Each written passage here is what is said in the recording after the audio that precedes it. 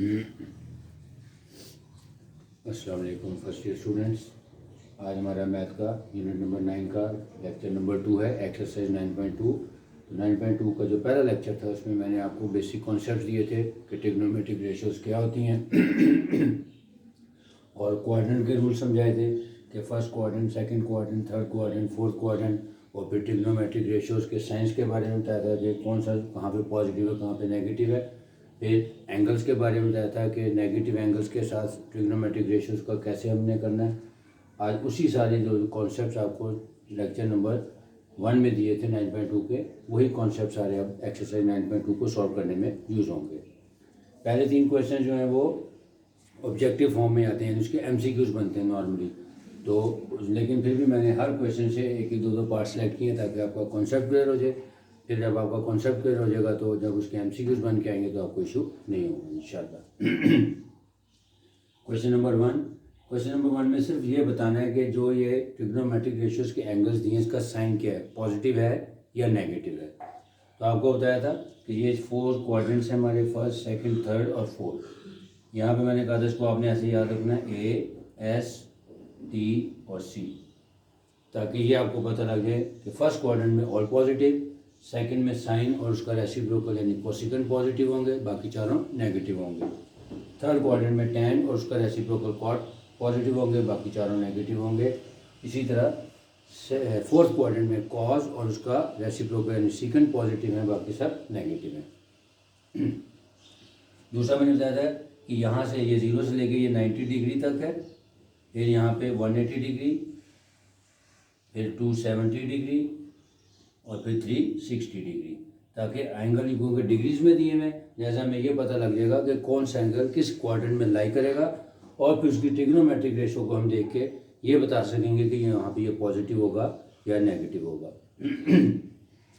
अब first cos 190 degree, अब 190 degree है, पहले ये देखने के 190 डिग्री किस क्वाड्रेंट में आएगा। ऑब्वियसली 180 से बड़ा है, इसका मतलब है 180 और 270 डिग्री के दरमियान ये एंगल आएगा 190 डिग्री का। अब ये क्वाड्रेंट इसका कौन सा बनेगा, थर्ड क्वाड्रेंट। अब थर्ड क्वाड्रेंट में आपने देखना है कि कॉस पॉजिटिव होता है या नेगेटिव। अब देखें यहाँ पे थर्ड क्वाड्रेंट में tan और कॉट पॉजिटिव है, इसका मतलब कॉस यहाँ पे नेगेटिव होगा, जैसे इसके साथ लिखा जाएगा नेगेटिव साइन। सिर्फ साइन बताना है कि इसका पॉजिटिव है कि नेगेटिव है, तो इसका साइन नेगेटिव आ गया। अब सेकेंड कोसिकेंट 297 डिग्री, पहले देखिए 297 डिग्री किस क्वाड्रेंट में आएगा, 270 से बड़ा है और 360 से छोटा है, लिहाजा फोर्थ क्वाड्रेंट में आएगा। अब फोर्थ में कोसिकेंट क्या पूछ रहा है, तो कोसिकेंट किसका रेसिप्रोकल है, साइन का। इसका मतलब साइन और कोसिकेंट सेकंड में पॉजिटिव होते हैं, लिहाजा फोर्थ क्वाड्रेंट में कोसिकेंट जो है वो नेगेटिव साइन आएगा। इसका मतलब है कि जो क्वाड्रेंट के आपको रूल्स बताए थे उसकी मदद से आप आसानी से ये MCQs सॉल्व कर सकते हैं।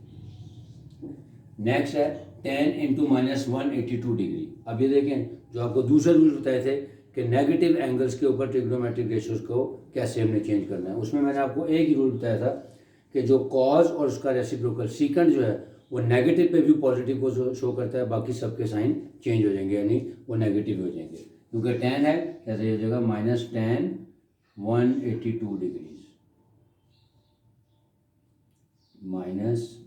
-tan 182 degrees. इसी तरह सीकेंट है -216 डिग्री, तो बताया था कि secant minus theta is equal to secant theta ही होता है, लिहाजा ये ऐसे आ जाएगा सीकेंट 216 डिग्री, नीचे लिख देते हैं सीकेंट 216 डिग्रीज, इसको भी नीचे लिख देता हूँ tan -182 डिग्रीज। यानी वही अगेन क्वाड्रेंट के रूल्स की मदद से ही ये पहले दो पार्ट्स भी हो गए और दूसरे पार्ट्स भी हो गए। अब तीसरा पार्ट जो है उसमें लिखा हुआ है कि tan थीटा नेगेटिव हो यानी लेस देन 0, जबकि cos थीटा पॉजिटिव हो यानी ग्रेटर देन 0। अब इसमें आपने दोनों ऑप्शंस देखनी है। सबसे पहले आप किसी एक एंगल को पकड़ लें, जैसे ये tan theta is less than 0। अब देखें tan theta is less than 0 का tan नेगेटिव होगा, तो tan नेगेटिव कहाँ पे होगा, या तो सेकंड क्वाड्रेंट में आएगा या फिर फोर्थ में आएगा, क्योंकि फर्स्ट में और थर्ड में tan पॉजिटिव होता है, जैसे ये दोनों से निकल गए। अब हमने ये देख लिया कि tan थीटा जो है वो नेगेटिव या तो सेकंड में आ रहा है या हमारे फोर्थ में आ रहा है। अब दूसरे एंगल को देखें, cos थीटा पॉजिटिव होना चाहिए, तो अब cos थीटा पॉजिटिव कहाँ पे आ रहा है? फोर्थ क्वाड्रेंट में। इसका मतलब है tan नेगेटिव और cos पॉजिटिव ये फोर्थ क्वाड्रेंट बनेगा, लिहाजा इसके सामने लिख देंगे क्वाड्रेंट नंबर 4 में आएगा ये। अब लास्ट, cos थीटा नेगेटिव हो और tan थीटा दोनों नेगेटिव हो। अब सबसे पहले हम पहले cos को देखेंगे, cos कहाँ कहाँ नेगेटिव है। अब देखें cos यहाँ पे पॉजिटिव है और यहाँ पे पॉजिटिव है, यानी फर्स्ट और फोर्थ में तो cos नहीं आ सकता।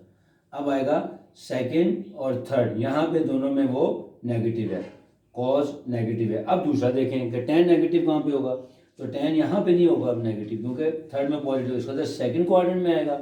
अब जो सेकंड क्वाड्रेंट है वो ऐसा क्वाड्रेंट है जहाँ पे cos भी नेगेटिव आ रहा है और tan भी नेगेटिव आ रहा है, लिहाजा इसके सामने लिख देंगे ये क्वाड्रेंट नंबर 2 में आएगा।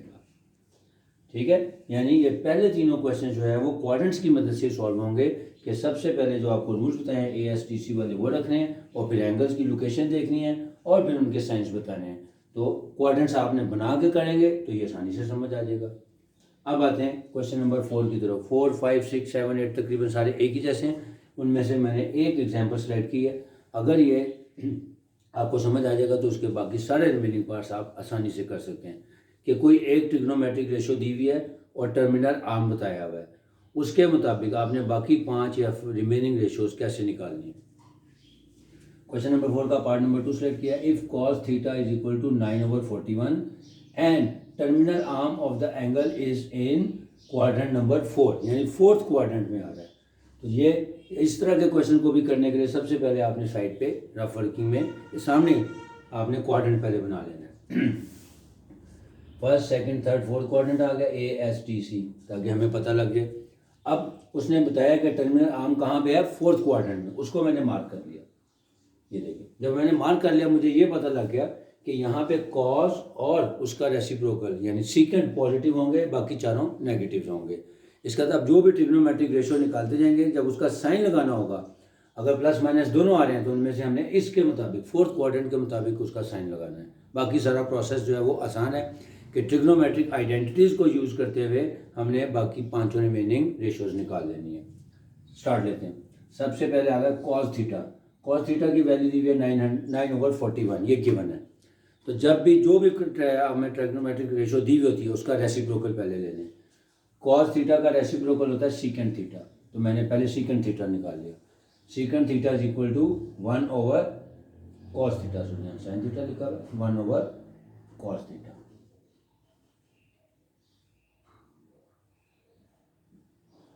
यानी cos थीटा का रेसिप्रोकल ले लेंगे, सीकेंट थीटा बन जाएगा, यानी secant theta is equal to 1/cos theta. ये 9/41 की बजाय 41/9 आ गया, यानी एक ट्रिग्नोमेट्रिक रेशियो निकल आई। अब बाकी चारों के लिए आपने देखना है कि ये जो दो आपको दी हैं इन दोनों की मदद से 3 डिफरेंट आइडेंटिटीज़ बनाई थी। cos square theta plus sin square theta is equal to 1, 1 plus tan square theta is equal to secant square theta और 1 प्लस cos square theta is equal to cosecant square theta. आप तीनों भी use कर सकते हैं, लेकिन उससे टाइम बहुत वेस्ट होता है। तो आपने क्या करना है, जो सबसे पहले उन तीनों में से कोई सी एक ट्रिग्नोमेट्रिक रेशो या आइडेंटिटी को यूज़ करेंगे और उसके बाद बाकी फिर रेसिप्रोकल से करेंगे। कैसे? मैंने, क्योंकि हमारे पास cos थीटा की वैल्यू आ गई है, तो पहली आइडेंटिटी यूज़ करने लगा हूँ, cos square theta plus sin square theta is equal to 1। अब यहाँ से मैं sin स्क्वायर थीटा की वैल्यू निकाल लेता हूँ, तो sin square theta is equal to 1 minus cos square theta, ये उधर चला गया। अब cos थीटा की वैल्यू दी हुई थी 9/41, तो उसका स्क्वायर ले लेंगे, यानी 9 का स्क्वायर लिया 81 और 41 का स्क्वायर लिया तो 1681, यानी sin square theta is equal to 1 minus 81/1681 आ गया। अब आगे इसको एलसीएम से भी कर सकते हैं, लेकिन आजकल साइंटिफिक कैलकुलेटर क्योंकि अलाउड है और वैसे भी एफएससी में या फर्स्ट ईयर में आपने बहुत सारे लॉन्ग क्वेश्चन करने होते हैं, तो आप डायरेक्ट कैलकुलेटर की मदद से इसका आंसर निकाल सकते हैं। तो कैलकुलेटर पे आप लिखेंगे 1 माइनस 81/1681 और उसको आपने फ्रैक्शन फॉर्म में आंसर निकालना है, वो आ गया 1600/1681।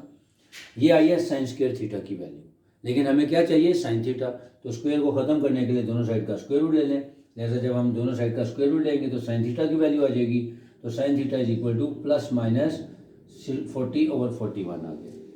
अब ये भी अंडरस्टूड होता है कि जब आप साइन स्क्वायर थीटा दिया तो साइन थीटा ले रहे हैं तो उसका स्क्वायर रूट डायरेक्ट भी लिया जा सकता है। Sign theta is equal two plus minus 40/41। अब ये दो वैल्यूज आ गई, पॉजिटिव नेगेटिव। अब हमें लेनी है कौन सी वैल्यू, कोई सी एक। वो डिपेंड करेगा क्योंकि इस क्वेश्चन में हमने फोर्थ क्वाड्रेंट को मार्क किया हुआ है कि फोर्थ क्वाड्रेंट में देखें साइन थीटा जो होता है वो नेगेटिव होता है, लिहाजा हम sine theta is equal to -40/41 लिख लेंगे। एक ही तरीका से यहाँ पे स्टेटमेंट लिख के कर सकते हैं कि जी as the terminal arm lies in the fourth quadrant. तो जब आपने क्वाड्रेंट बना लिया है, एग्जामिनर को आपने बता दिया है कि ये फोर्थ क्वाड्रेंट में आ रहा है, तो फिर आपको स्टेटमेंट लिखने से भी आप बचेंगे और आपको हर दफ़ा बार बार स्टेटमेंट नहीं लिखनी, क्वाड्रेंट को देख के आप उसका साइन लिख देंगे। So sine theta is equal to -40/41 हो गया। अब साइन थीटा आ गया तो इसका रेसिप्रोकल क्या होता है, cosecant theta. So cosecant theta is equal to 1/sin theta, यानी -41/40 आ गया। इतना आसान हो गया। अब हमारी चार ट्रिग्नोमेट्रिक रेशियोज आ गई, कॉस थीटा भी आ गया, सीकेंट थीटा भी आ गया, साइन थीटा भी आ गया और कोसेकेंट थीटा भी आ गया। अब आगे आपकी रह गई दो, tan और cot। अब उसके लिए भी आइडेंटिटी भी यूज़ की जा सकती है, कौन सी, 1 + tan square equal to secant square theta, या 1 + cot square theta equal to cosecant square theta. Again उसको आप करेंगे तो उसमें टाइम ज़्यादा लग जाता है सिंप्लीफिकेशन में। तो जब भी tan और cot की वैल्यू निकालनी और आपको साइन और cos की वैल्यू दी हो तो हमेशा tan theta is equal to sine theta और cos थीटा करें और उसका रेसिप्रोकल ले लें। ये देखें नेक्स्ट मैंने लिखा है tan theta is equal to sine theta over cos theta, क्योंकि जब आपको बेसिक आइडेंटिटीज बताई थी तो रेसिप्रोकल्स के साथ साथ ये दो भी बताई थी कि tan थीटा हमेशा साइन थीटा और cos थीटा की रेशियो का इक्वल होता है और जो cot theta cos theta over sine theta की रेशियो का इक्वल होता है। तो अब हम tan थीटा निकाल लेते हैं, sign theta over cos theta. अब साइन थीटा की वैल्यू भी हमें निकाली हुई है, वो साइन थीटा की वैल्यू है -40/41, क्योंकि फ्रैक्शन पे फ्रैक्शन आ रहा है, तो जब भी फ्रैक्शन पे फ्रैक्शन आए तो हमेशा डिवीजन का साइन यूज़ करना चाहिए ताकि रेसिप्रोकल लेने में आसानी हो जाए। तो -41/41 प्लस डिवाइडेड बाय 9/41, क्योंकि cos थीटा की वैल्यू है 9/41। अब सिंपल सा रूल है, इसका रेसिप्रोकल लेने, -40/41 मल्टीप्लाइड बाय 41/9, 41 से कैंसिल हो गया तो -40/9, ये वैल्यू आ गई tan थीटा।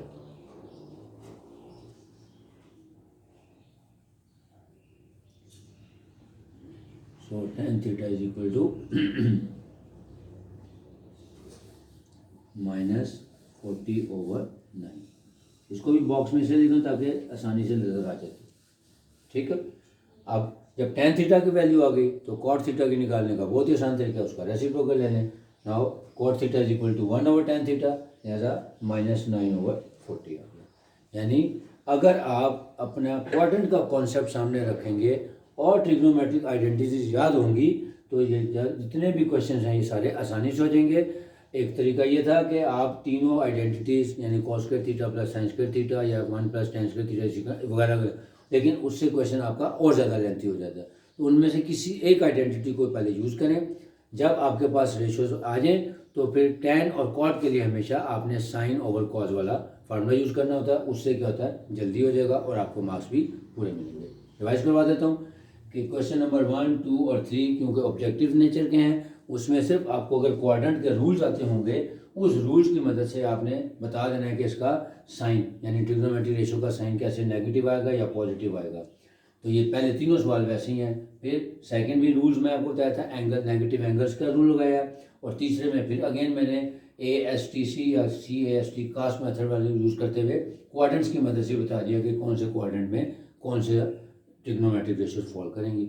और जिसमें एक ट्रिग्नोमेट्रिक रेशियो दी हो बाकी 5 फाइंड करनी हो, सबसे पहले उसका जो टर्मिनल आर्म के बारे में बताया गया है उसको यहाँ पे साइड पे बना के उसको हाईलाइट कर लें ताकि आपको बार बार ना चेक करना पड़े कि ये चीज़ कहाँ पॉजिटिव है कहाँ नेगेटिव। अब पहले जो ट्रिग्नोमेट्रिक रेशियो दी उसका रेसिप्रोकल लेके दूसरा निकाल लें, फिर किसी एक आइडेंटिटी से तीसरी रेशियो निकालें और फिर उसका रेसिप्रोकल लेके चौथी रेशियो निकाल लें। और अगर आपके पास साइन और कॉस दोनों की वैल्यूज दी हुई हों तो हमेशा tan थीटा और cot थीटा को साइन थीटा और cos theta and cos theta और साइन थीटा की मदद से निकाल लें। आपका सवाल भी आसान हो जाएगा और जल्दी कवर हो जाएगा इंशाल्लाह। अब जो नेक्स्ट लेक्चर होगा 9.2 का, उसमें कुछ और 1-2 वर्ड प्रॉब्लम्स हैं जो थोड़ी सी मजीद लेंथी हैं, तो वो भी करवा दूंगा इंशाल्लाह। एक्सरसाइज आपकी बेहतरीन तरीके से आपको समझ आएगी। Hope you will understand.